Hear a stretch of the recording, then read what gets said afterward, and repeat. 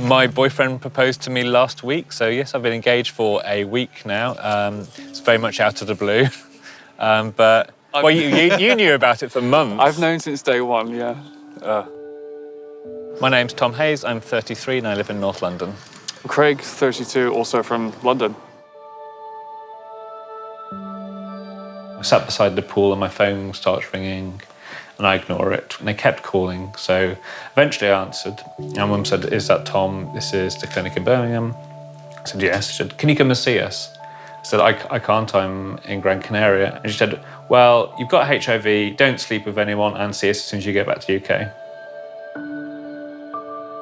My first thoughts were, not that I'm going to die immediately, but I'm not going to live very long. And, I thought, would I ever find a relationship again? What would my friends and family think? I don't think HIV really entered my consciousness at all until I was diagnosed.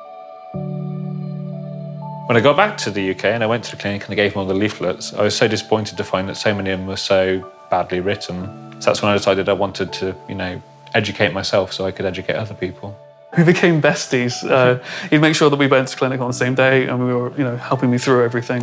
And it was sort of a learning process for me because, well, you were going through a similar sort of thing, but you were just a little bit ahead in the game.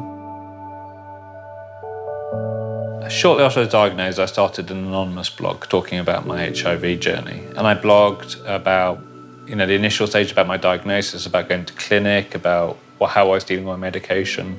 Hopefully we've opened a few people's minds as well as giving people with HIV a safe space to share their stories. I started treatment only a few weeks after I had my first HIV clinic appointment. I had many horrible side effects, but because the side effects crept on so slowly over the first 12 months, I didn't realise, so I stuck on the pills for another 3 months and I got worse. And then I saw my mum again, she was like, no, you need to go and demand a second opinion. So I went back to clinic and I did see a second doctor and I asked to change treatment and they changed me then and there. And it was almost overnight, changing to new medication, that it felt like the veils lifted.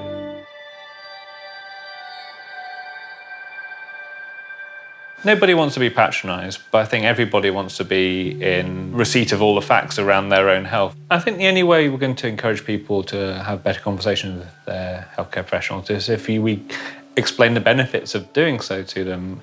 I think a lot of people still have the doctor knows best mentality, so they will put up with what they're given, even if it's not suited to them. But once you tell people that they are allowed a second opinion, there are dozens of other options for treatments out there and they can find one that's right for them. I think a lot of people then realise that just by talking with a doctor, they can improve their life dramatically. Tom has been the driving force for all of my changes in medication, basically. Whenever something new came out, Tom says, "Oh, you've had this little niggling side effect. This new one doesn't have that one." But I'm very much of the mindset that if there's something better and it's on the NHS and it's affordable, then I want to be on it if it's better for me. You need to ask how people's day-to-day life is, whether they're having side effects and what impact any of these side effects have on their lives. Only through both people trying to have a decent dialogue that people will find the right treatment, find the right time of day to take their pills, find the right way to have conversations with people about their status. But until you talk, none of that can happen. The treatment I'm on now is, keeping me healthy, keeping me happy, but I don't know what the long-term effects of that medication are going to be. So it's all about making sure as I age that there are more treatment options, perhaps that are kinder on my body. If you'd asked me in August 2011 if I was going to get married, I don't think I would have said yes. I can't even imagine, when I got that news that I would, be living in a nice house in London with a dog, engaged to be married to a wonderful, wonderful guy. It's worlds away from where I thought I was going to be dead by 40. I think my number one piece of advice to someone who's just been diagnosed would be to tell someone. I think the worst thing I did was to kind of bottle it up. Find somebody you know, somebody you trust. You don't have to tell everybody, but just tell one person. It takes a huge weight off your shoulders. I think medically, HIV is pretty much sorted.